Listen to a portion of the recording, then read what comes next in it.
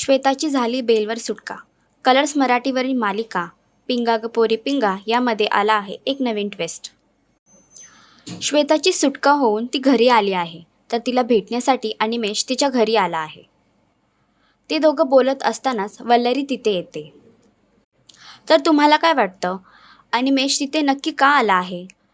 जो संशय श्वेताला वाटत होता तो खरा आहे का? अनिमेषनेच मिठूवर हल्ला केला आहे का?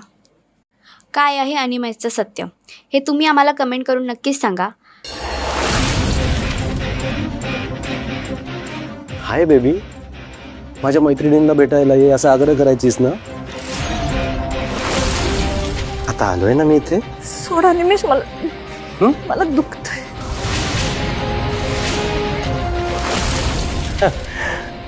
वल्लरी ताई, दादा नमस्कार. असंच एंटरटेनमेंट पाहण्यासाठी तुम्ही आमचं चॅनल टेलीचक्कर रिजनल ह्याला लाईक, शेअर आणि सबस्क्राईब करा.